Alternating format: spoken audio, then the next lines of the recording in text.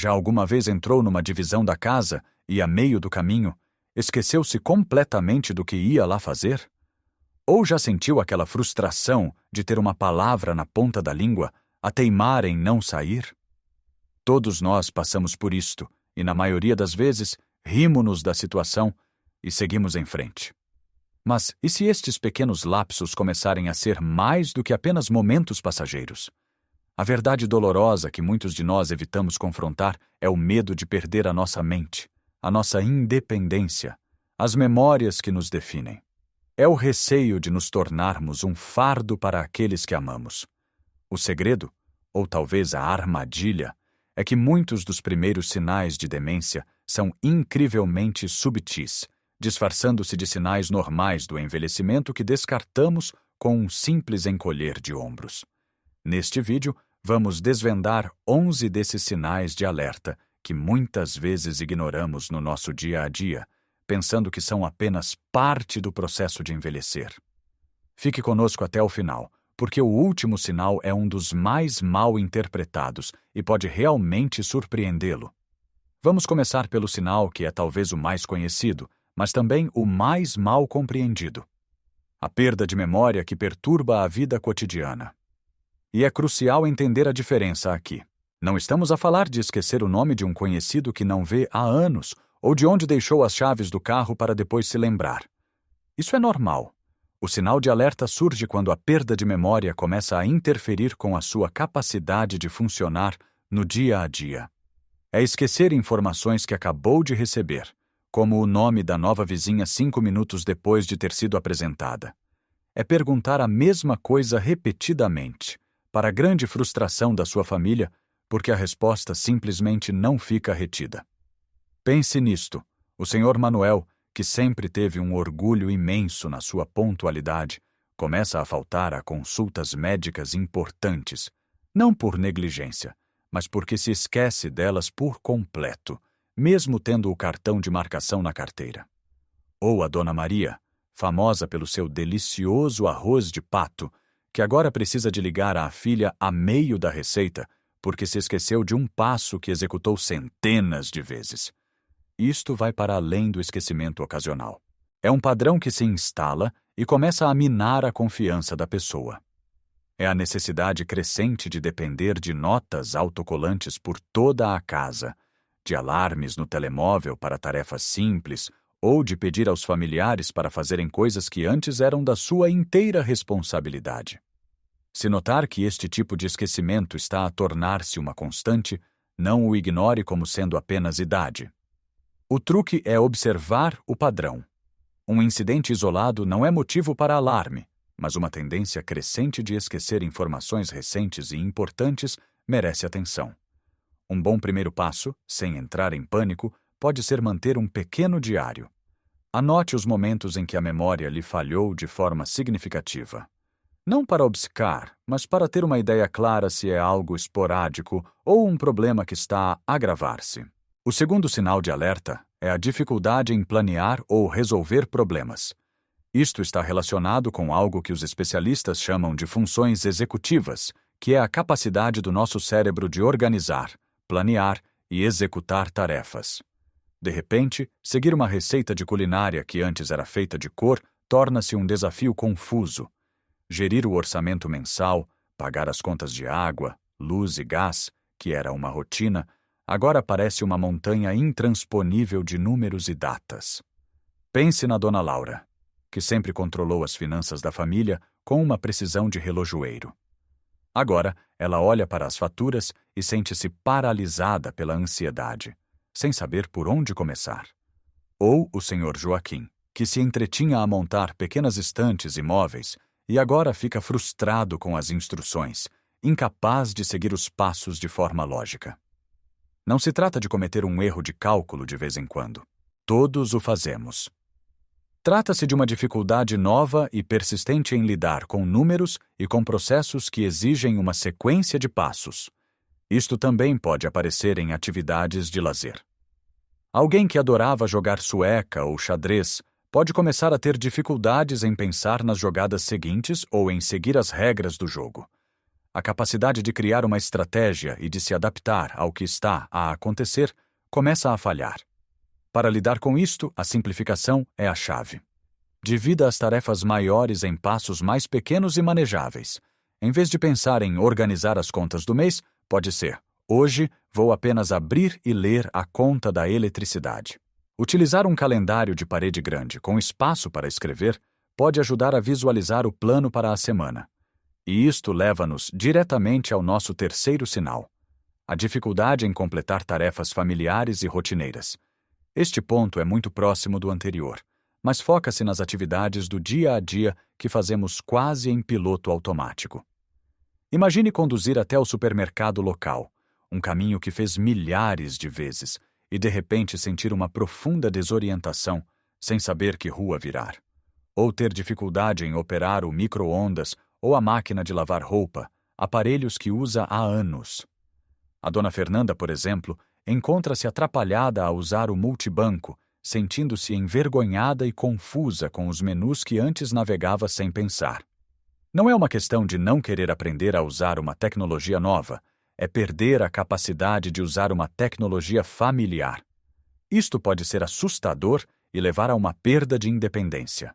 A pessoa pode começar a evitar sair de casa sozinha por medo de se perder, ou pode deixar de cozinhar por receio de se enganar nos passos e estragar a comida. A paciência consigo mesmo e com os outros é fundamental aqui. Se conduzir se torna um problema, talvez seja a altura de explorar outras opções, como os transportes públicos ou pedir ajuda a familiares e amigos. Se a tecnologia se torna um obstáculo, não há vergonha nenhuma em pedir a um neto ou a um vizinho para ajudar a programar a televisão. O objetivo é adaptar-se para manter a segurança e reduzir a frustração, não desistir das atividades por completo. Avançando, um outro sinal que pode ser bastante perturbador é a confusão com o tempo ou o lugar. Isto é mais do que perguntar: que dia da semana é hoje? Depois de um fim de semana prolongado. É perder completamente a noção das datas, das estações do ano e da passagem do tempo. Alguém com demência pode não conseguir compreender algo que não esteja a acontecer naquele preciso momento. Podem esquecer-se de onde estão ou de como chegaram ali. Imagine a sensação de acordar de uma sesta e não saber se é de manhã ou fim de tarde, se já almoçou ou se ainda vai tomar o pequeno almoço. Ou estar sentado na sua própria sala de estar, um lugar de conforto e segurança, e por um instante sentir-se um estranho, sem reconhecer o ambiente. A dona Amélia, por exemplo, por vezes pergunta ao filho em pleno mês de julho por que é que ainda não compraram os presentes de Natal. Para ela, a noção linear do tempo desfez-se. Esta desorientação pode causar muita ansiedade. A pessoa pode insistir que precisa de ir para casa, mesmo já estando em casa, porque na sua mente a casa a que se refere é a casa da sua infância de há 50 anos. Para ajudar a gerir esta confusão, algumas estratégias simples podem fazer uma grande diferença. Ter relógios grandes e de fácil leitura em várias divisões da casa é útil. Um calendário de parede, onde cada dia é riscado ao final do dia, também pode servir como uma âncora visual à realidade. Manter uma rotina diária consistente, com horas certas para as refeições, para uma caminhada, para ver o telejornal, ajuda a estruturar o dia e a proporcionar uma sensação de previsibilidade e segurança. O quinto sinal está relacionado com a visão, mas de uma forma que muitos não associam à demência. Falamos da dificuldade em compreender imagens visuais e relações espaciais. Não se trata de precisar de óculos novos ou de ter cataratas. É o cérebro que está a ter dificuldade em interpretar a informação que os olhos estão a enviar. Isto pode manifestar-se de várias formas. A pessoa pode ter dificuldade em ler, porque as palavras na página parecem confusas. Pode ter problemas em avaliar distâncias, o que torna atividades como conduzir ou até mesmo subir e descer escadas muito perigosas. Distinguir cores ou contrastes também pode tornar-se um desafio. O Sr. Rui, ao conduzir, pode não conseguir avaliar corretamente a que distância está o carro da frente, ou pode hesitar num cruzamento porque não interpreta bem os sinais. Em casa, a Dona Cel pode entornar repetidamente a água ao tentar encher um copo, porque o seu cérebro não consegue calcular a profundidade e a distância até a borda do copo. Num caso mais extremo, a pessoa pode olhar-se ao espelho e não se reconhecer, ou assustar-se com o seu próprio reflexo. Para tornar o ambiente mais seguro, é importante garantir uma boa iluminação em toda a casa, eliminando sombras que possam ser confusas. Usar cores contrastantes pode ajudar imenso. Uma toalha de mesa escura com pratos brancos, por exemplo, ou uma fita colorida na borda dos degraus das escadas. Pequenos ajustes podem prevenir quedas e aumentar a confiança da pessoa para se movimentar em casa. Agora, vamos falar sobre a comunicação. O sexto sinal é o surgimento de novos problemas com palavras, tanto ao falar como ao escrever. Todos nós, por vezes, temos uma palavra na ponta da língua. Mas isto é diferente. É uma dificuldade consistente em seguir ou participar numa conversa. A pessoa pode parar a meio de uma frase e não ter a mínima ideia de como continuar. Pode repetir a mesma história ou pergunta várias vezes em poucos minutos. A dificuldade em encontrar a palavra certa torna-se muito mais pronunciada. Em vez de dizer relógio, podem descrevê-lo como aquela coisa que mostra as horas no pulso. O vocabulário parece encolher, e a pessoa recorre a palavras mais genéricas ou a descrições vagas. O Sr. Fernando, que sempre foi um contador de histórias nato, agora perde-se a meio das suas narrativas, ficando visivelmente frustrado e acabando por se calar. A dona Helena, ao tentar escrever um simples cartão de aniversário para a neta, pode usar palavras que não fazem sentido no contexto ou construir frases de forma desorganizada. Esta luta para se expressar pode ser muito isoladora, levando a pessoa a evitar situações sociais para não se sentir envergonhada. A chave para quem está do outro lado é a paciência. Dê à pessoa tempo para encontrar as palavras. Não a interrompa nem termine as suas frases, a não ser que ela peça ajuda. Manter o contato visual e usar gestos pode ajudar a transmitir que está atento e a tentar compreender. O sétimo sinal é um clássico que causa muito estresse familiar. Colocar objetos em lugares errados e perder a capacidade de refazer os passos para os encontrar. Todos nós já perdemos as chaves ou o telemóvel. A diferença é que, normalmente, conseguimos pensar logicamente. Onde é que eu estive? Deixei-os na cozinha? No bolso do casaco? Uma pessoa com demência não só pode colocar os objetos em sítios muito estranhos, como os óculos dentro do frigorífico ou a carteira dentro de um sapato, como também perde a capacidade de reconstruir mentalmente os seus passos para os encontrar.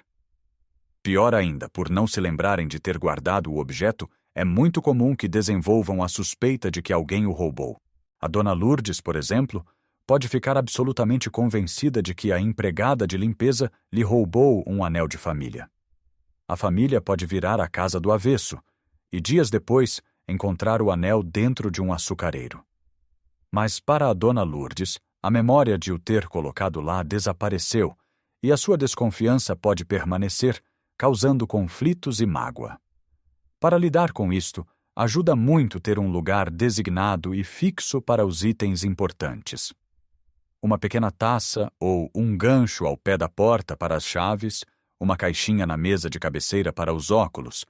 Simplificar e organizar o ambiente reduz as oportunidades para as coisas se perderem.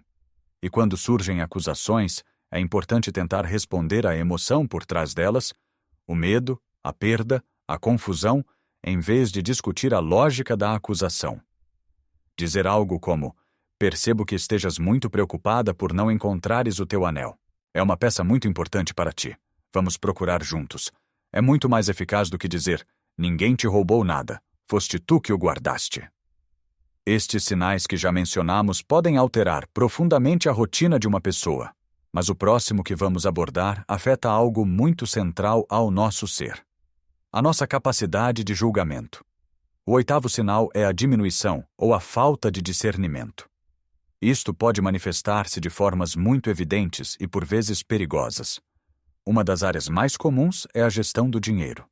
A pessoa pode começar a tomar decisões financeiras imprudentes, como doar grandes quantias de dinheiro a esquemas de telemarketing, comprar produtos caros e desnecessários de vendedores porta a porta ou simplesmente perder a noção do valor das coisas. O Sr. Vitor, que passou a vida a ser uma pessoa poupada e cautelosa com as suas finanças, de repente começa a levantar dinheiro para dar a estranhos que lhe prometem prêmios ou a fazer compras por impulso que não pode pagar. Outra área onde a falta de discernimento se torna visível é no cuidado pessoal e na higiene. A pessoa pode começar a negligenciar o banho, usar a mesma roupa durante vários dias seguidos ou vestir-se de forma completamente inadequada para o tempo, como usar um casaco de lã num dia quente de verão. A dona Elvira, que sempre foi conhecida pela sua elegância e por andar sempre impecavelmente arranjada, pode começar a parecer desleixada. Isto não é preguiça ou desleixo intencional. É o cérebro que já não consegue fazer os julgamentos corretos sobre o que é socialmente apropriado ou necessário para o bem-estar. Esta é uma área muito delicada. A família pode precisar de intervir de forma subtil, talvez sugerindo a criação de uma conta bancária conjunta para ajudar a monitorizar as despesas ou estabelecendo débitos diretos para as contas fixas. No que toca à higiene, em vez de uma abordagem de confronto como "tens de ir tomar banho, cheiras mal", uma abordagem mais gentil e baseada na rotina funciona melhor. "Está quase na hora do jantar. Que tal um banho quente e relaxante antes? Vais ver que te sentes muito melhor." O nono sinal é o afastamento do trabalho ou de atividades sociais. É uma consequência natural de muitas das dificuldades que já falamos. Quando seguir uma conversa se torna um esforço hercúleo, quando as regras de um jogo de cartas parecem ter desaparecido da memória, ou quando um passatempo que antes dava prazer agora só causa frustração, a tendência é para o isolamento. A pessoa começa a inventar desculpas para não ir aos almoços de família, para não ir ao centro de dia, ou para não se encontrar com os amigos para o café da tarde. O Sr. Mário, um fervoroso adepto de futebol que não perdia um jogo do seu clube, agora desliga a televisão a meio porque já não consegue seguir as jogadas ou lembrar-se dos nomes dos jogadores. A Dona Rosa, que adorava o seu grupo de costura semanal, deixa de ir porque se sente envergonhada por já não conseguir fazer os pontos como antigamente. Este afastamento não é apenas uma preferência por estar sozinho, é uma estratégia de defesa para evitar o fracasso, a confusão e a vergonha. O perigo é que o isolamento social acelera o declínio cognitivo. É importante incentivar a pessoa a manter-se ativa, mas talvez de uma forma diferente. Em vez de um grande e barulhento jantar de família, uma visita calma de 1 ou 2 netos de cada vez pode ser mais agradável. Em vez de um jogo de cartas complexo, talvez um jogo de dominó mais simples. Ouvir música, folhear álbuns de fotografias antigos ou dar um pequeno passeio pelo jardim são atividades que podem proporcionar estimulação e conexão sem serem esmagadoras. O 10º sinal é um dos mais difíceis para as famílias lidarem: as mudanças de humor e de personalidade. A pessoa que sempre conheceu pode começar a agir de forma completamente diferente. Alguém que era calmo e bem-humorado pode tornar-se desconfiado, ansioso ou facilmente irritável. Podem ficar muito agitados ou chateados em situações que antes não os incomodavam, especialmente quando estão fora da sua zona de conforto. A Dona Alice, conhecida por toda a gente como uma pessoa doce e gentil, pode de repente começar a acusar a família de lhe querer roubar a casa. O Sr. Gil, um homem paciente a vida toda, pode ter explosões de raiva por pequenas frustrações, como não conseguir calçar os sapatos. Estas mudanças são um sintoma da doença, são alterações químicas e estruturais no cérebro. Não são intencionais. É crucial que os familiares e cuidadores se lembrem disto para não levarem estas atitudes a peito. Criar um ambiente calmo, estável e previsível é a melhor estratégia.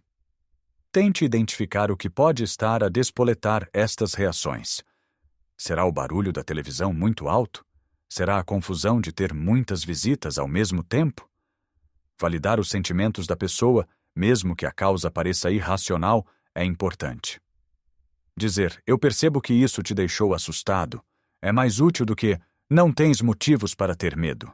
E chegamos ao 11º e último sinal, aquele que prometi que poderia ser surpreendente. Muitas vezes, quando pensamos em demência, imaginamos agitação, confusão, repetição. Mas um dos sinais mais precoces e frequentemente ignorado é exatamente o oposto: a apatia. É uma perda profunda de interesse e de iniciativa. A pessoa parece tornar-se emocionalmente plana. Deixa de ter interesse nos seus passatempos favoritos, em passar tempo com a família e os amigos, ou até mesmo em sair de casa. É muitas vezes confundido com depressão, mas há uma diferença subtil. Na depressão, a pessoa pode querer fazer coisas, mas sente-se demasiado triste ou sem energia para as fazer. Na apatia causada pela demência, a própria vontade, a centelha da motivação, parece ter se extinguido. O Sr. Carlos, que passava horas a fio a cuidar da sua horta com paixão, agora senta-se na cadeira a olhar pela janela, enquanto as ervas daninhas tomam conta de tudo. Ele não parece necessariamente triste, apenas indiferente. A família insiste para que ele saia, para que se ocupe, mas ele simplesmente não tem o impulso interno para o fazer. Isto não é preguiça. É um sintoma neurológico tão real como a perda de memória. Lidar com a apatia é extremamente desafiador. Forçar a pessoa a fazer atividades é quase sempre contraproducente. A melhor abordagem é iniciar atividades de forma gentil e fazê-las com a pessoa, sem esperar uma reação entusiástica. Pôr a tocar a sua música favorita. Começar a ver um álbum de fotografias ao lado dela, na esperança de que isso desperte uma memória ou um comentário. O objetivo é a estimulação suave e a conexão, não a exigência de participação ativa. Como vimos, os sinais de demência vão muito além dos simples esquecimentos. São mudanças súbitas na forma como uma pessoa pensa, age e sente. Reconhecer estes 11 sinais não é para criar pânico, mas sim para nos dar poder. O poder da observação e da ação precoce. Se reconheceu a si mesmo ou a alguém que ama em alguns destes exemplos, por favor, não entre em desespero. O primeiro e mais importante passo é a consciencialização, seguida pela procura de um diagnóstico médico. Um diagnóstico precoce pode fazer uma diferença monumental na gestão dos sintomas, no acesso a tratamentos e apoios e na planificação do futuro, garantindo uma melhor qualidade de vida por mais tempo. Lembre-se, pequenas adaptações no dia a dia e uma grande dose de compreensão podem transformar a forma como se vive com esta condição. Agora gostaria muito de ouvir as vossas histórias. Algum destes sinais foi uma surpresa para si? Já notou alguma destas mudanças num familiar ou amigo? Partilhar as nossas experiências nos comentários abaixo pode ser uma fonte incrível de apoio e conforto para outras pessoas que estão a passar exatamente pela mesma situação. Se achou que este vídeo foi útil e lhe trouxe alguma luz, por favor, considere deixar um gosto. Esse pequeno gesto ajuda o nosso canal a ser recomendado a mais pessoas que podem beneficiar desta informação. E claro, se ainda não o fez, subscreva o canal e ative o sino de notificações para não perder os nossos próximos vídeos, repletos de dicas para uma vida mais saudável e feliz depois dos 60. A jornada do envelhecimento é um privilégio que traz consigo desafios, mas também muita sabedoria e oportunidades para o amor e a conexão. Cuidar da saúde do nosso cérebro é um dos maiores atos de amor que podemos praticar por nós e por aqueles que nos rodeiam. Viva a sua melhor vida, em todas as idades. Muito obrigado por ter ficado conosco até ao fim.